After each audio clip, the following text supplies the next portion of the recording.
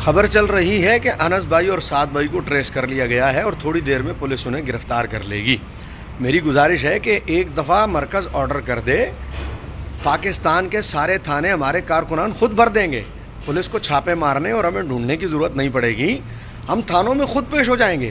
ہم نے کون سا کوئی پہلی مرتبہ پرچے بھگتنے، ہم نے کون سا کوئی پہلی مرتبہ تھانے دیکھنے، اور ہم نے کون سا کوئی پہلی مرتبہ یہ سارے حالات دیکھے ہیں۔ ایک دفعہ مرکز آرڈر کرے، ہم سارے خود ہونے کو حاضر ہونے کو تیار ہیں۔ اور بھائی ہم نے پہلے بھی بھگتا یہ سب کچھ۔ دوسری بات یہ کہ ہم کوئی پرچوں سے، تھانوں سے اور ان ہتھ کنڈوں سے ڈرتے ہیں؟ بھائی اس سے پہلے یہ سب ہو چکا ہے، ہم نے بھگتا ہے۔ اور جب ہم جائیں گے تھانوں میں اور ہمیں گرفتار کیا جائے گا تو ہمارا کیس کوئی انڈیا میں چلنا ہے، جج انڈیا کے ہوں گے، ہمارا کیس جو ہے وہ انٹرنیشنل عدالت میں چلنا ہے، وہاں پر جو انگریز جج ہوں گے مسلمان ہی ہیں، اسی ملک کے جج ہیں، اور ہم نے یہیں رہنا ہے۔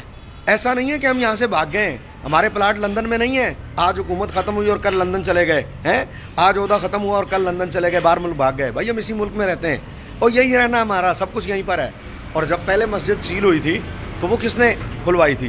وہ بھی تو ایک جج ہی تھا، اللہ جس سے کام لے۔ پہلے جب سعد بھائی بند ہوئے تھے وہ کس نے ضمانت کروائی تھی؟ وہ بھی تو جج ہی تھا۔ اور بھائی کوئی اللہ کا بندہ کسی سے بھی حضور کام لے سکتے ہیں، اللہ کسی سے بھی کام لے سکتا ہے۔ کوئی حضور کا غلام ہوگا عدالتوں میں جو بیٹھے ہیں، جو حکومتیں کرتی ہیں، ضروری تھوڑی ہے عدالتیں وہی کریں؟ جو ظلم انہوں نے کیا ہے ضروری تھوڑی ہے عدالتیں بھی وہی کریں۔ اور پھر دوسری بات یہ ہے کہ دین کے رستے کبھی آسان ہوئے؟ سعد حسین کا رتبہ امام حسین سے زیادہ تو نہیں ہے، انس حسین کا رتبہ امام حسین سے زیادہ تو نہیں ہے؟ تو جب ان کو شہید کیا جا سکتا ہے، یزیدی حکومت ان کی گردن کاٹ سکتی ہے، تو پھر آج جو حضور کے غلاموں کے ساتھ ہو رہا ہے یہ کوئی نئی بات نہیں ہے۔